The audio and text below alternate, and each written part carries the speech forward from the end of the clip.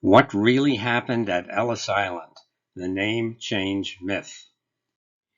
This talk was presented at the International Association of Jewish Genealogical Societies virtual conference on August 10th through 13th, 2020. This is another JDW Talks. My targeted audience are genealogists, especially Jewish genealogists, maybe Italian genealogists, historians, and anyone interested in Ellis Island. I have a handout link showing there, and there is a paper I've written on it that also has a link in that paper.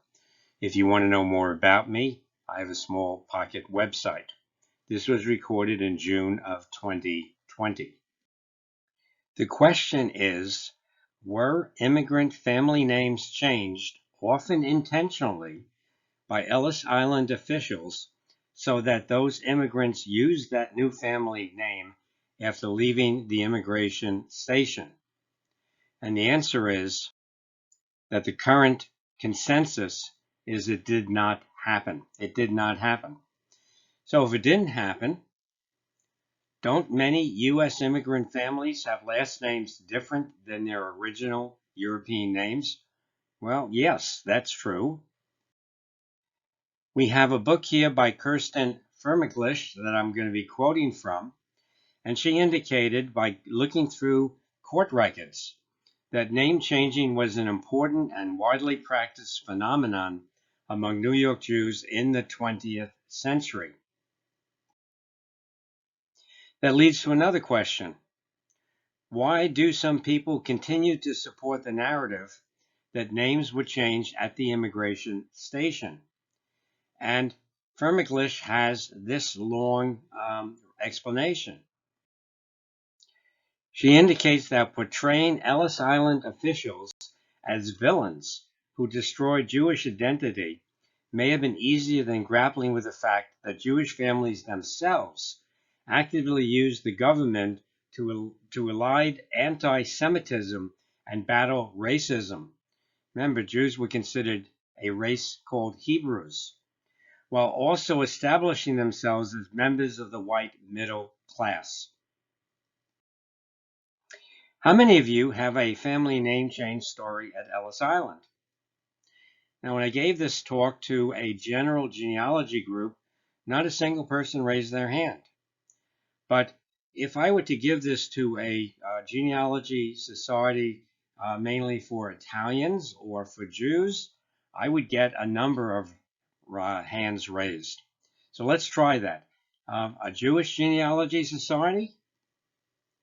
Yes.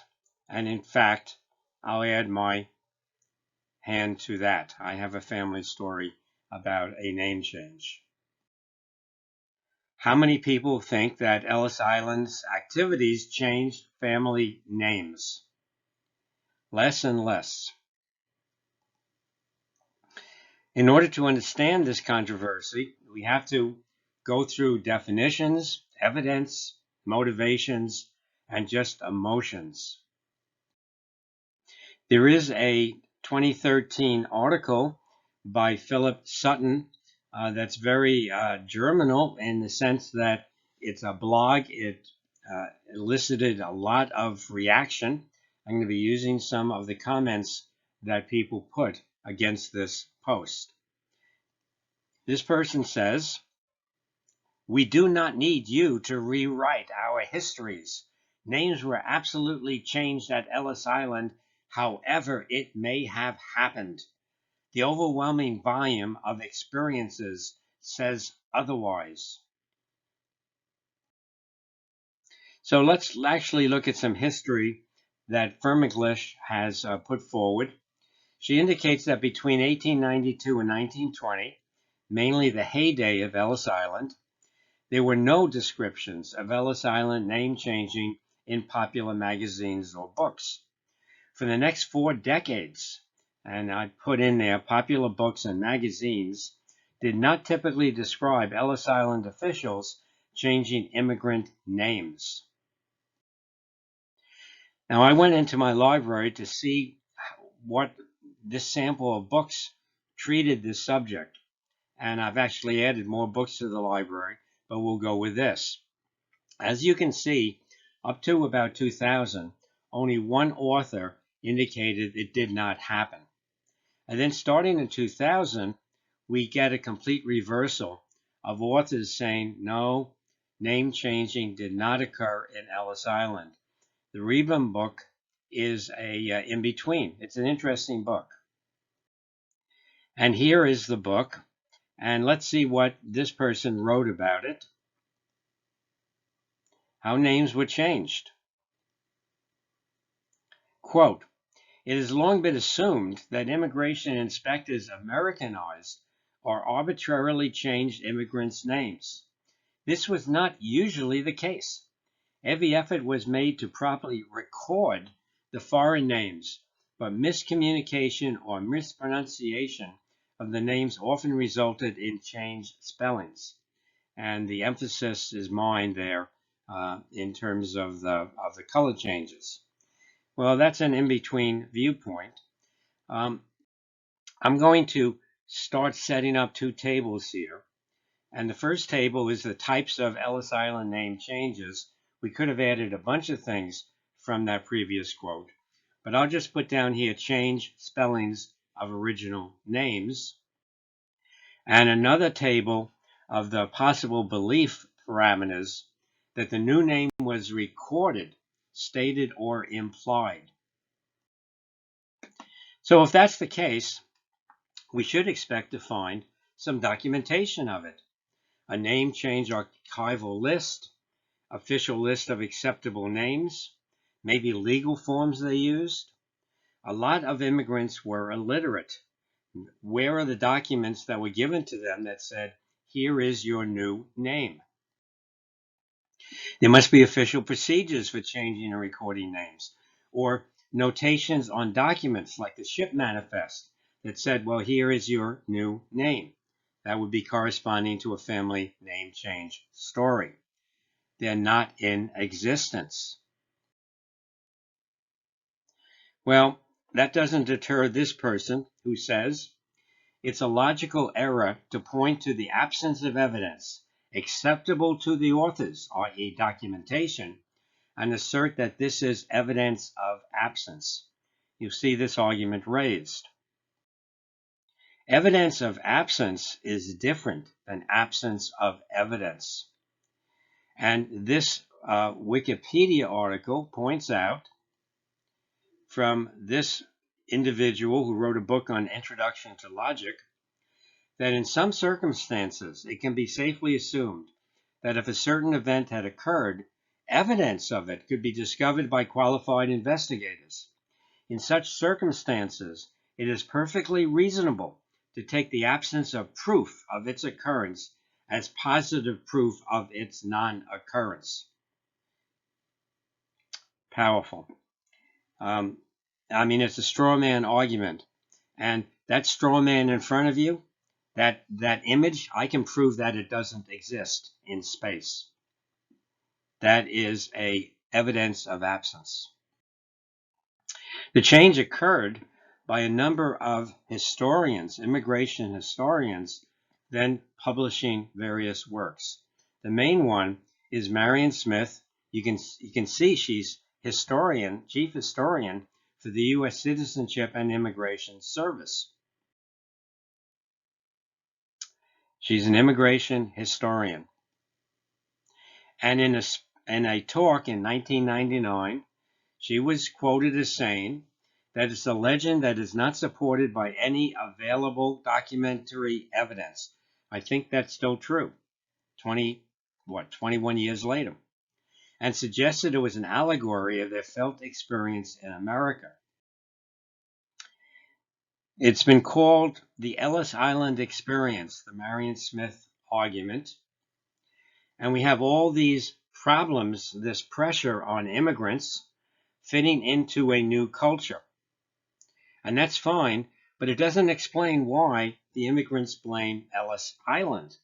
Why don't they just say, hey, I changed my name because I needed to fit into the new culture I was joining? Well, maybe this is one answer to that. Many Jews believed that name changes had essentially betrayed their people. It was a lot easier to pin the blame on Ellis Island than to take responsibility, measured responsibility. It was not done lightly to change one's last name. There are other things I think influenced the change. There was a discussion among genealogists, and what you just saw was something called a genealogy proof manual. That what is a genealogy fact? And the present consensus is that genealogy without documentation is mythology. Family stories are fine. There's always a kernel of truth there, but that's not what genealogists want to arrive at. They want to get as close to the truth as possible. Another thing that happened around 2000 was that the Ellis Island, the name index for manifests came online. It was a big deal. It came online in 2001. So people could now search and see their ancestors' manifest, what their name was on that manifest. There were other records that came online as well, as genealogy really became very, very prevalent in terms of a quote hobby, though we think it's an obsession, such as census records and other things as that, so one could check on family stories. And there's even an article by the National Archives and Records Administration which indicates they don't have any records of immigrant name changing. So let's get back to the Philip Sutton article again. A couple of years ago, I did an analysis of the responses to this. Of 64 main responses, 14 said the author was wrong. There was a name changing situation at Ellis Island. One person said the story is the myth. Names were changed. Why try to rewrite history? Revisionism. On the other hand, Barry Marino, librarian of the Ellis Island Immigration Museum, on the name change belief, and that a reference I showed you, said, it never happened at any time, period. It's mythology. Well, if both sides are arguing mythology, we need to make some definitions. A myth is a widely held but false belief or idea. Evidence is the available body of facts or information indicating whether a belief or proposition is true or valid. And we need one more thing here, because we're going to fall into this trap if we're not careful. And that's called confirmation bias. Confirmation bias is the tendency to search for, interpret, favor, and recall information in a way that confirms or strengthens one's prior personal beliefs or hypotheses. So, what is the belief? That's what we're trying to establish here. It's generally associated with Ellis Island. Remember, I'm going through tables. I may not agree with everything at the end, but we're going to try and fill all of these in.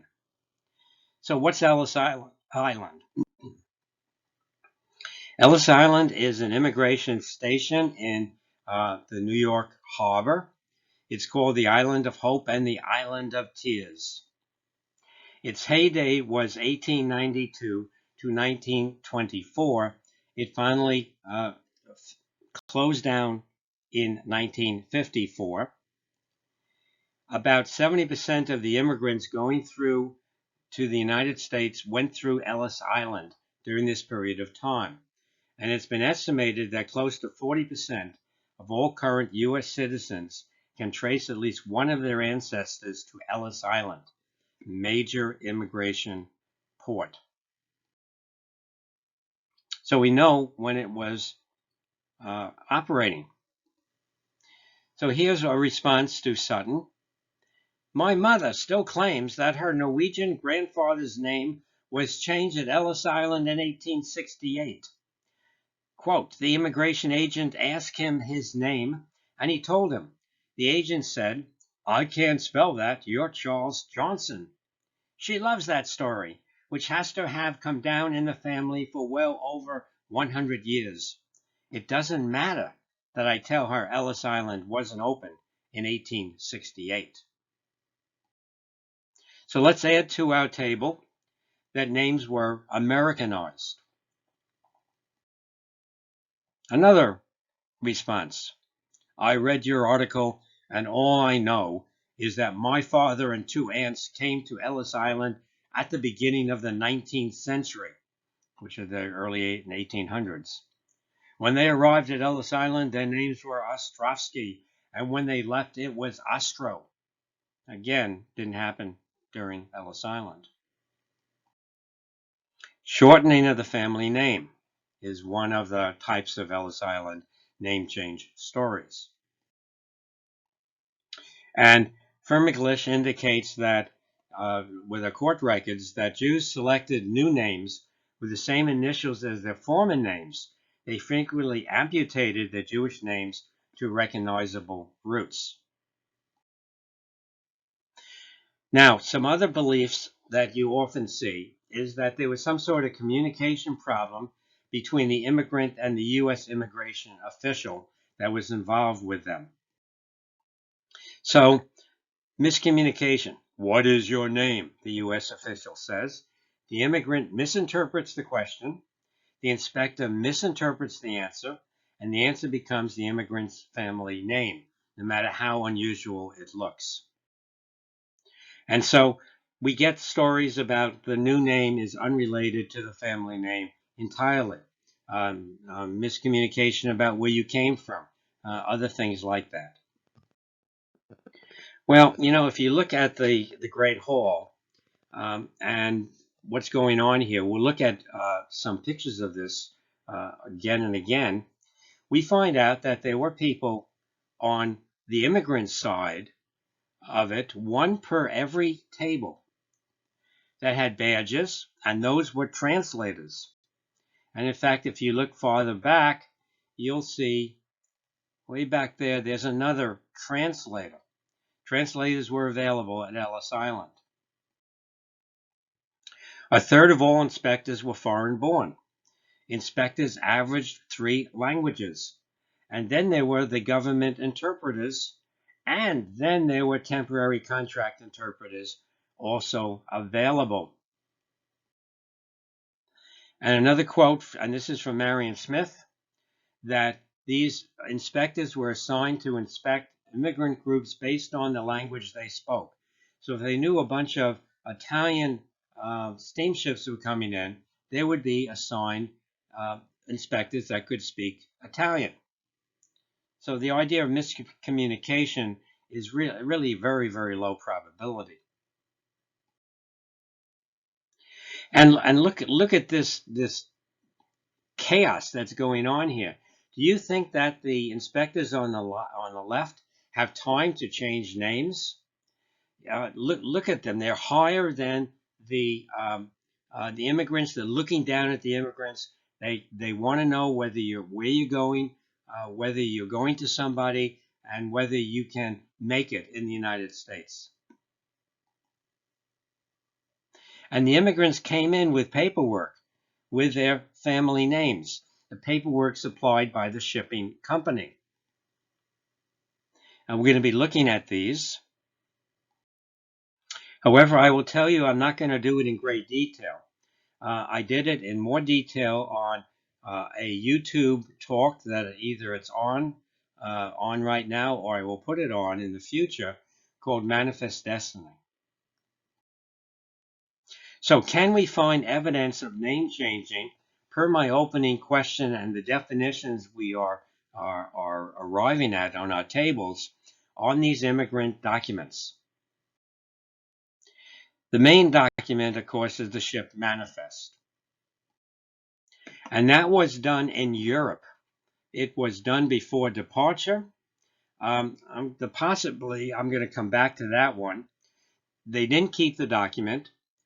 They knew that the document, immigrants knew the document was a legal document, and the inspector certainly knew it was a legal document. Starting in 1906, it was used as part of the naturalization procedure. So did immigrants see the document? I don't know whether they did or not. I think that maybe the first time they saw it was in the Great Hall, and they don't have a very good view of it. It's angled to them, etc. So where did the information go that was put on the manifest? There's lots of information there. Well, you can't just go up to the ticket salesman in Hamburg and say, I want a ticket to the United States. Here's all my information, blah, blah, blah, blah, blah. Write it down quickly and go on board the ship. That didn't happen. It did not happen. The shipping companies wanted to screen people because if the immigrants were rejected, they had to pay a fine and get the immigrants back to Europe or wherever they came from at the shipping companies' uh, own bill.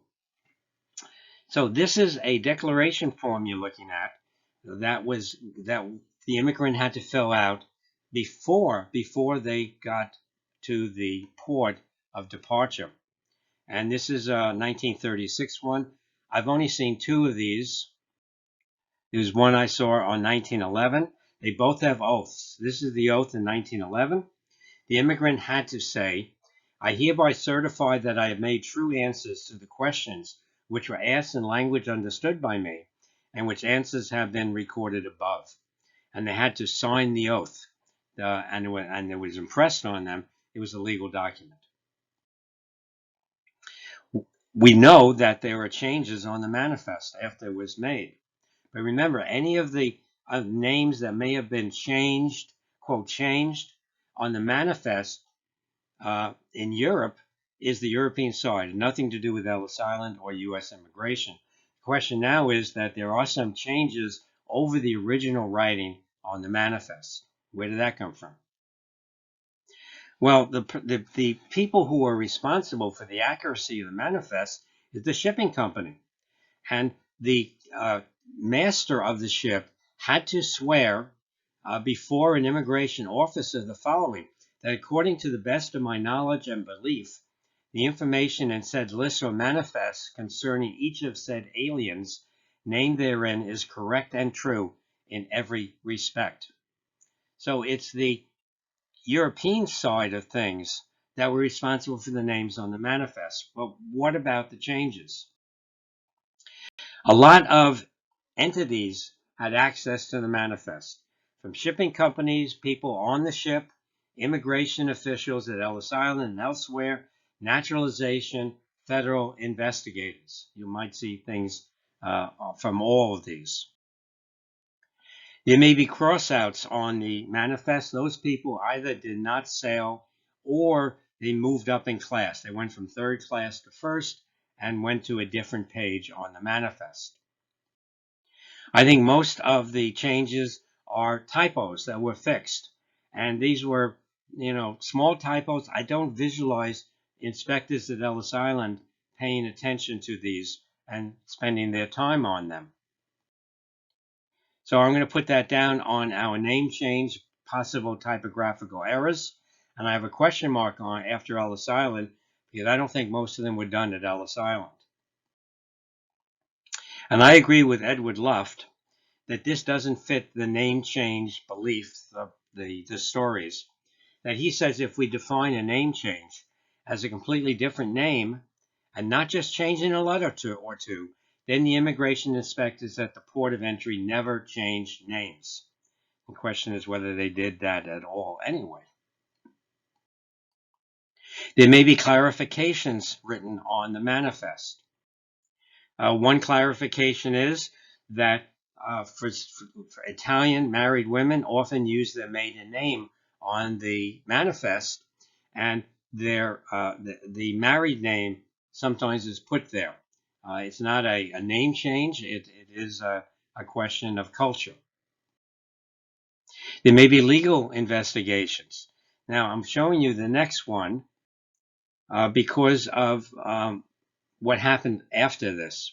So here we have Mary Johnson comes into Ellis Island dressed as a man, using the name of Frank Woodhull. And they find out that there's a problem here. She goes into special inquiry. She's doing this because of a lack of job opportunity. She can be passed off as a man with a mustache and a low voice, etc. And they decide after they do this that she has done nothing wrong. There's nothing illegal about what she's doing, and there's nothing illegal about using an alias, even going through Ellis Island, but they decided to change her name on the manifest. And what's more important to me is this, that Sutton says, this story illustrates one thing. Once Woodhull left Ellis Island, he was no longer obliged to be known as Mary Johnson, but was free to resume his life, complete with the name and identity of his choosing. Ellis Island could not impose a name upon him. And this quote from Barry Marino, who wrote the Encyclopedia of Ellis Island, that because there were so few identification documents used in those days, one could go by any name one chose. And Firmiglish points out that New York state law does not require that individuals change their names formally at all.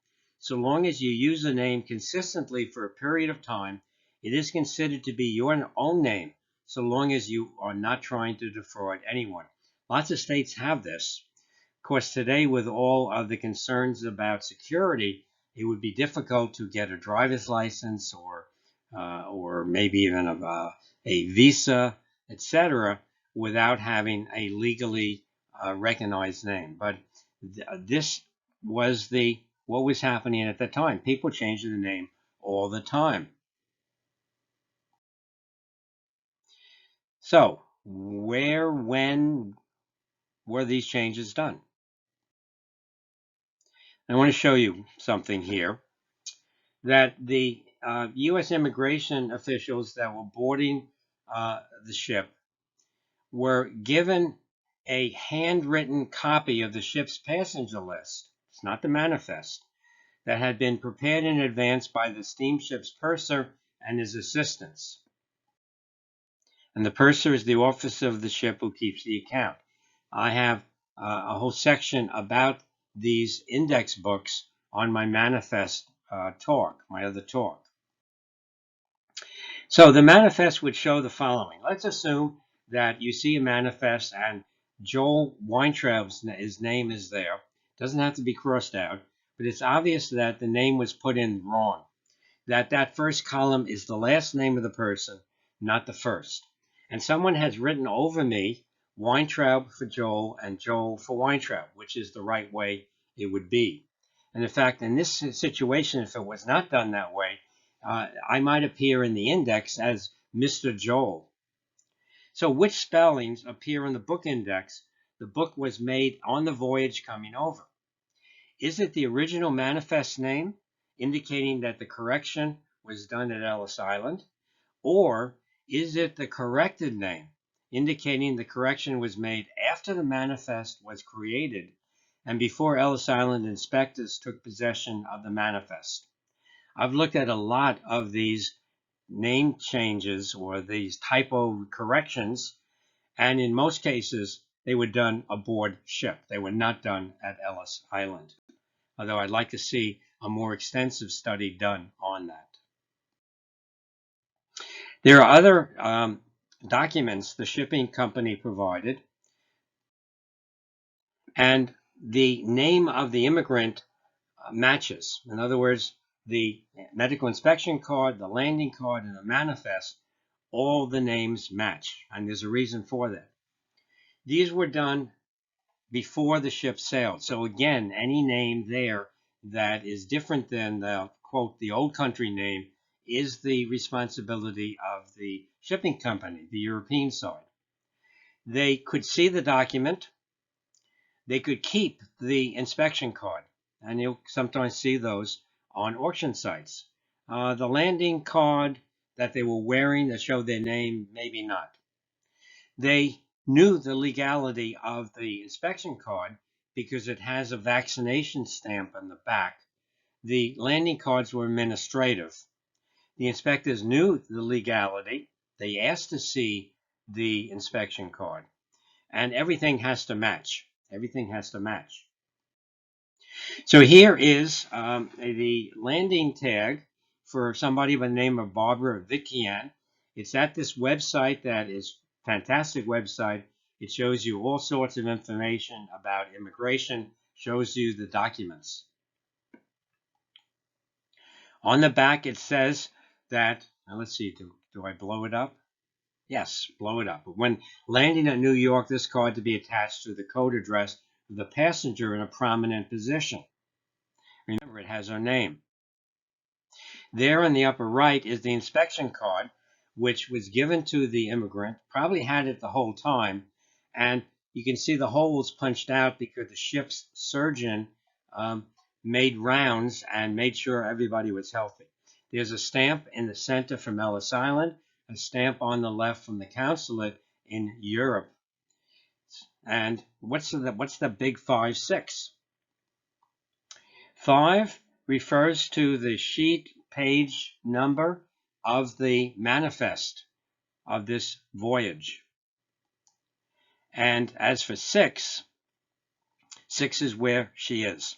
So every person has a unique address on the ship, and it is duplicated on every one of these cards. It would be very difficult to change the manifest name knowing that the other cards were used as part of the screening process.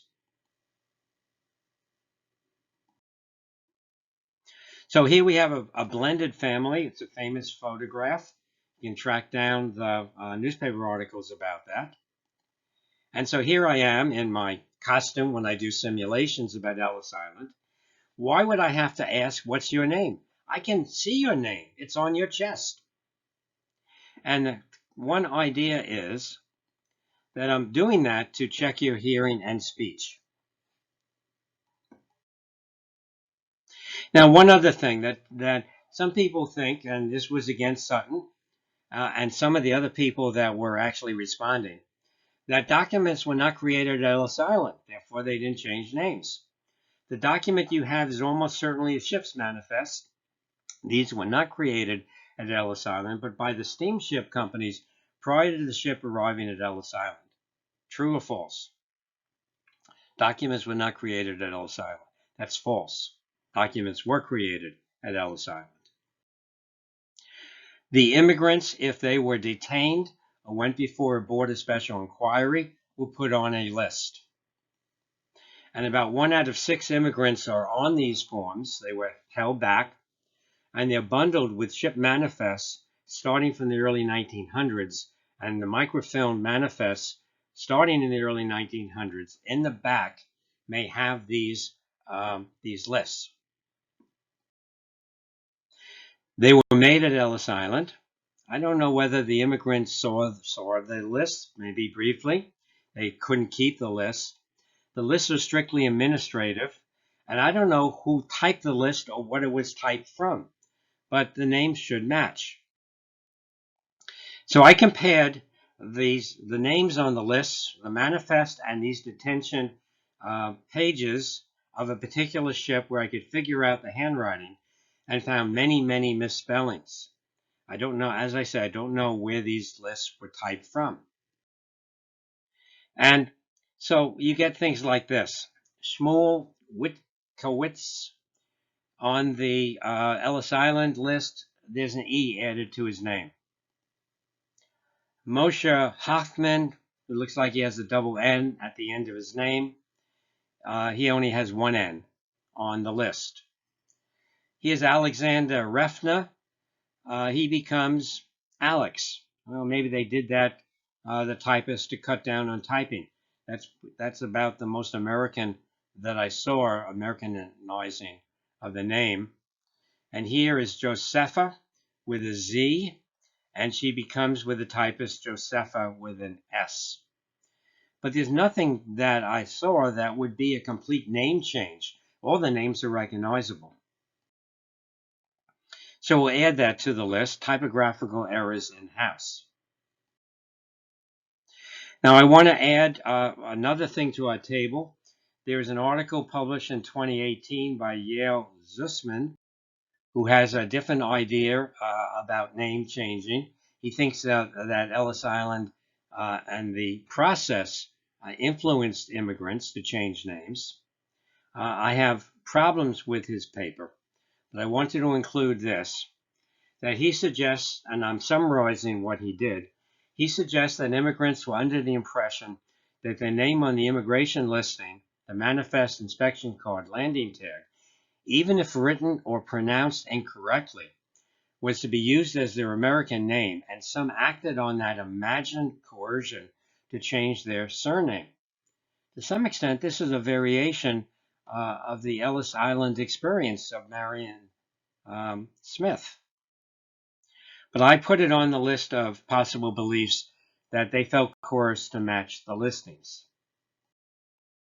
Now, I want to spend the rest of the time looking at two case studies. The first one is particularly important because it's been used for elementary school students for years, and it's not correct. The book is by Scholastic, is even entitled If Your Name Was Changed at Ellis Island. It's by Ellen Levine. She acknowledges, in memory of my grandfather, Louis Nochomavsky, and he wasn't Louis, he was Lieb, so she herself is changing his name, whose name was changed at Ellis Island. And here's the story. As a child, Nathan Levine, her father, learned that his name wasn't really Levine. When his father came to America, he had a long Russian name. The immigration inspectors, Nathan was told, changed many Jewish names to Levine or Cohen. And so his father, Louis Nochomavsky, became Louis Levine. So they spent time with this person, found out he was Jewish, and told him what his name should be.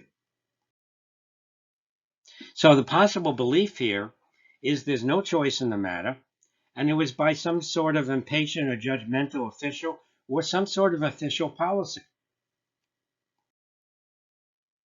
And this raises, did they have an acceptable ethnic name list? As I say, this book is used extensively. It was used by the Ellis Island Immigration Museum, which had produced a teacher guide.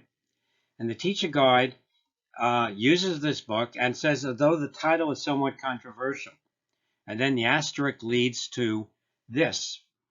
According to the historians of the National Park Service, no names were changed at Ellis Island. This is not meant to cast doubt on the recollections of Miss Levine's grandfather, actually a father who has the story, or the many other immigrants who have similar recollections.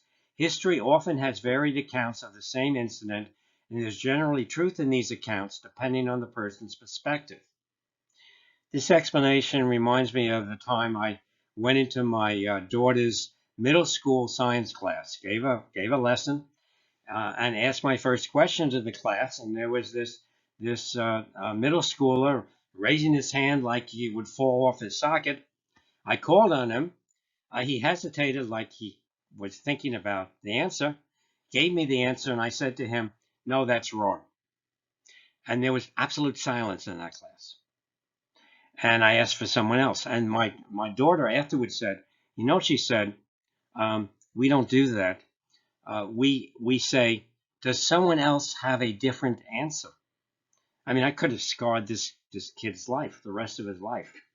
Well, heck, no, this is a wrong answer. And I'll show you why. How do you evaluate a story like that? Well, I have a bunch of things here about how to evaluate stories. You go to the actual manifest. You see over time whether the name has been changed. You look at city directories. You look at when his first child was born, what's the name they used, et cetera, et cetera. Now, I admit that most of this is based on an assumption by my part, that the name change was instantaneous when done at Ellis Island. When the official in these stories said, your name is this, that the person immediately started to use it. I did a lot of work on this. Louis Levine arrives in 1901 in New York under that name, Manifest. Picks up his brother in 1904 using the name Louis Levin, not Levine, Manifest Detention page. Married in 1905 under Louis Levin. Signs his name in Yiddish. Obviously doesn't have a complete grasp of English yet. Applies for citizenship in 1907. Louis Levine. First born in 1908 under his name Louis Levin. 1910 census under the name of Louis Levine.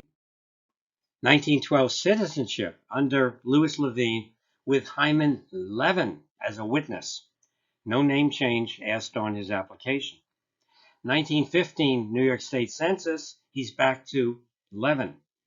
And then 1920-25, he's using Levine. His brother, Ephraim Nochomavsky, arrives 1904, going to cousin H. Levin. But brother Louis Levine picks him up. He applies for citizenship in 1904. I don't understand why he did that. Under the name of Ephraim Levin. In 1905, at his brother's wedding, he is probably Frank Nolunsky on the New York State Census in 1905. In the 1905 wedding, he's Frank Nochomavsky. In 1910, when he got citizenship, he's now Frank Levin with witness Hyman Levin. In 1915, he's Ephraim Levin with his brother, and in 1925, he's back to Levine. Another tidbit of information. These brothers came from Grodno Gubernia in Eastern Europe. There's a voters list. Using a Soundex matching, there are 7 Nochomavskys there.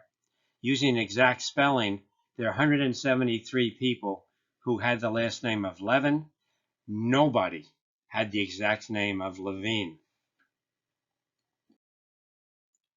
What's our summary? First documented use of name is Levin, not Levine. It evolved over 2 decades. Brother Frank went through a slower process. There was already a Levin cousin here. I don't know whether he came before Louis or not. The brothers' English skills came with time. People think they have perfect understanding at Ellis Island.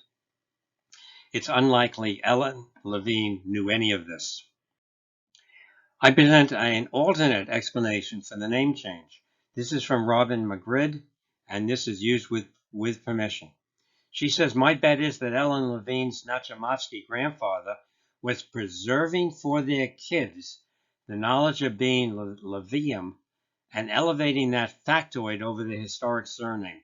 It's not that Ellis Island gatekeepers saying take Cohen or Levine.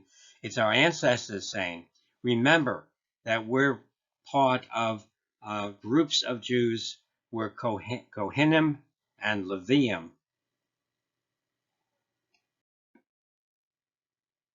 So my conclusion is that this example shows the use of multiple documents to establish a timeline for the evolution of the brothers Levine name change rather than the fiction of an instantaneous involuntary name change to Levine or Levine at Ellis Island, which student readers get from Ellen's book. And what's the nature of not yelling about this sort of thing?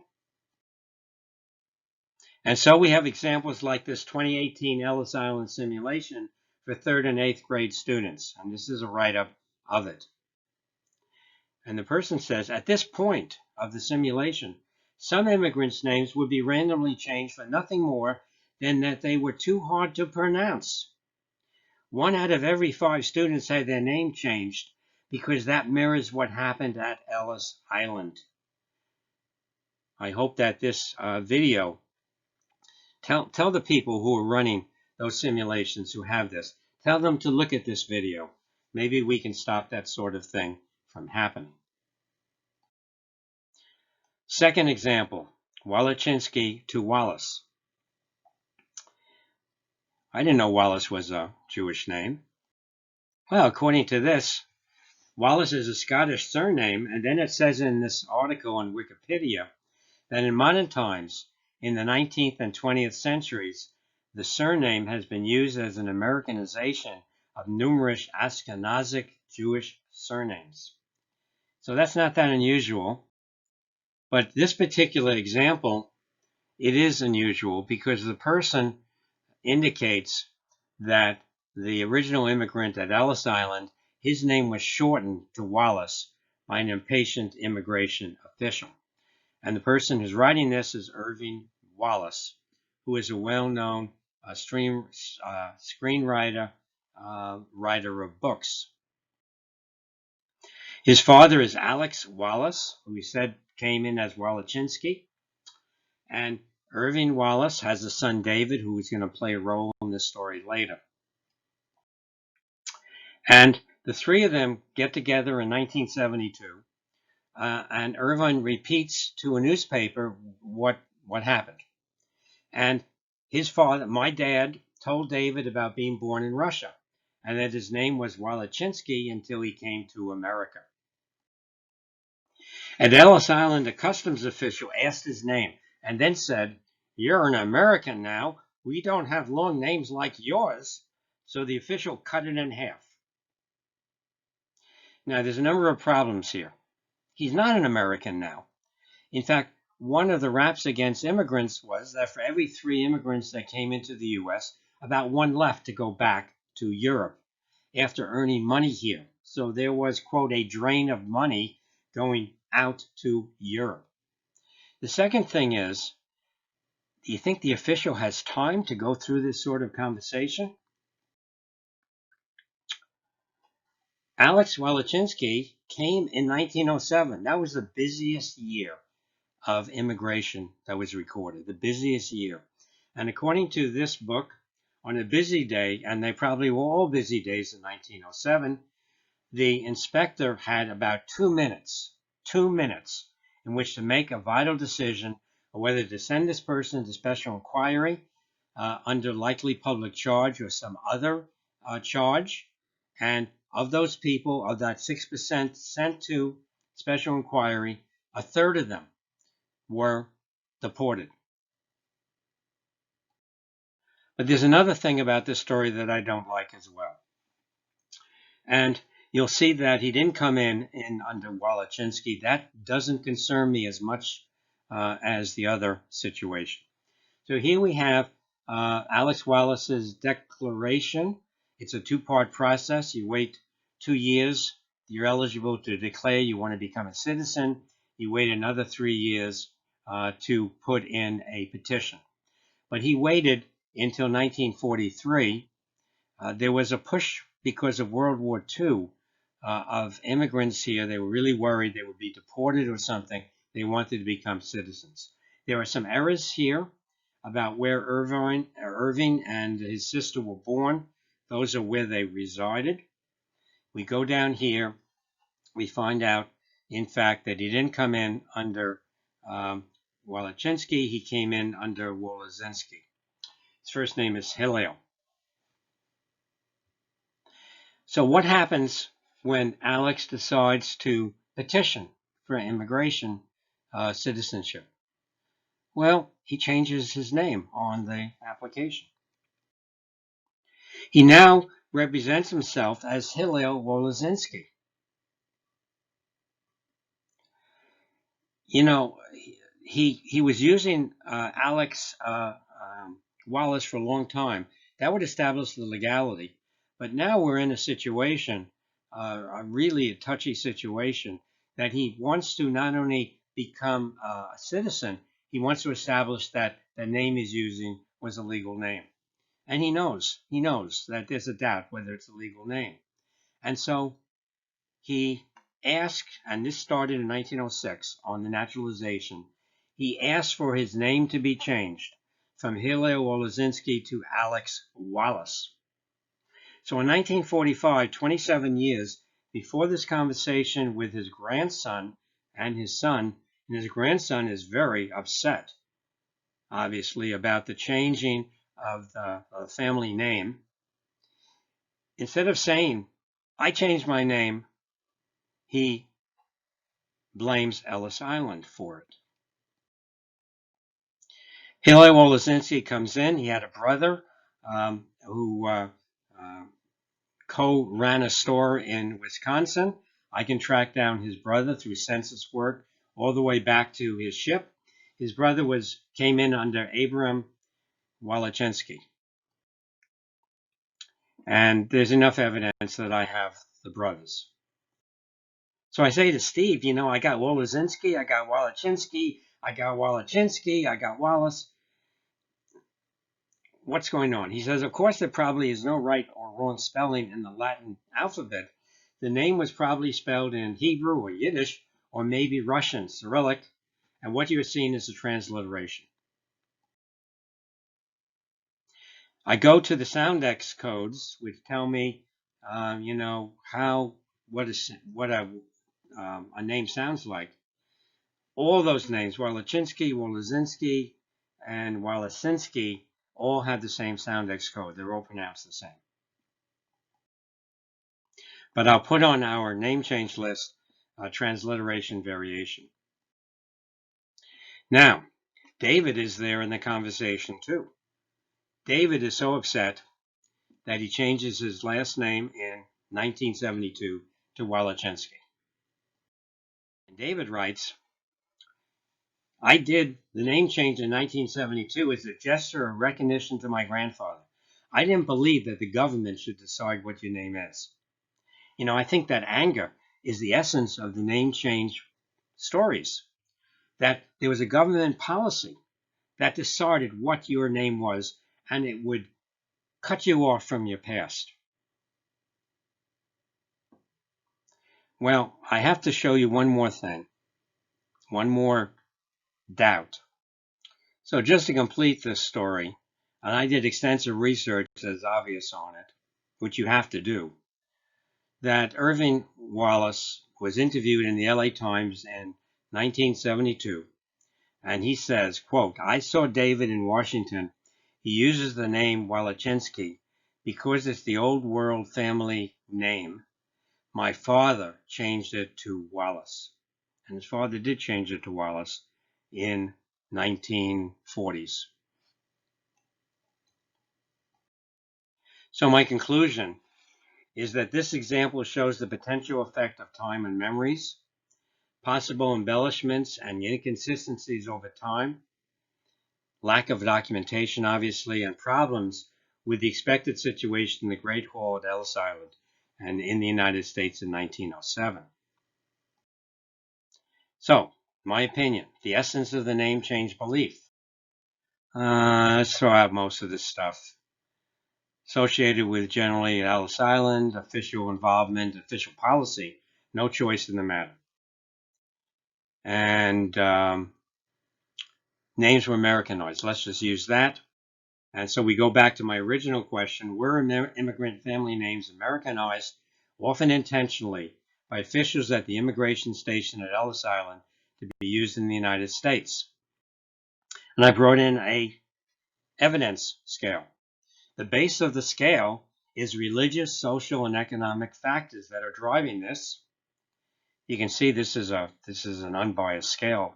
You can see the signature of the person who calibrated it. So, broad definitions. You need broad definitions. The number of stories, that's very compelling. Immigrants acted on the perception and use to establish the name. Insensitive officials, language problems, miscommunication. If there are changes on the manifest, there's a possibility that they change your name, etc. Counter that to narrow definitions. European listings, that's the origin of a lot of the documents. Lots of translators, lack of documentation, matching name forms at Ellis Island. The Ellis Island experience, which really it gives you why people change names. Freedom to change names, a paper trail, arrival to story time gaps, inaccurate and changing stories, and then Fermiglish's book, which gives some maybe rationale for why, instead of saying, hey, I changed my name to fit in, instead was, I'm going to blame it on someone else. That's the responsibility. And I finished with this quote from her. I hope this book, her book, will replace mythical images of Hollywood movie stars with name changes and hapless Ellis Island immigrants with more nuanced portraits of American-born Jewish families escaping anti-Semitism at mid-century. And we can do the same thing here, I would think, with Italians who change their name under a lot of prejudice and discrimination, and have that bent to that as well. So as I think you can see, that this is really a very extensive topic. It's not just a simple yes or no, and one should consider the evidence, the times, the studies, etc. So this is one of my JDW talks. I've augmented it in August of 2020 with a couple of slides. I will have 5 Ellis Island talks on my YouTube channel, including how to find difficult people, and this one on the name change, belief or myth or legend or whatever you want to call it. I'm going to have 6 U.S. and New York City census talks. I'm going to keep adding to that for genealogists and other researchers, including information on the 1950 census. That's going to be an important census, and what we've done is important. And that census will become public in April of 2022. And then, as you may know, I am a biologist, and I have up 2 virtual birding field trips, 4 birding optics talks on my YouTube channel, and the life of the naturalist Adolphus L. Heermann, who a number of species have honored him with his name. So if you enjoy these talks, you could always subscribe to this channel. And I think with that, I will say goodbye.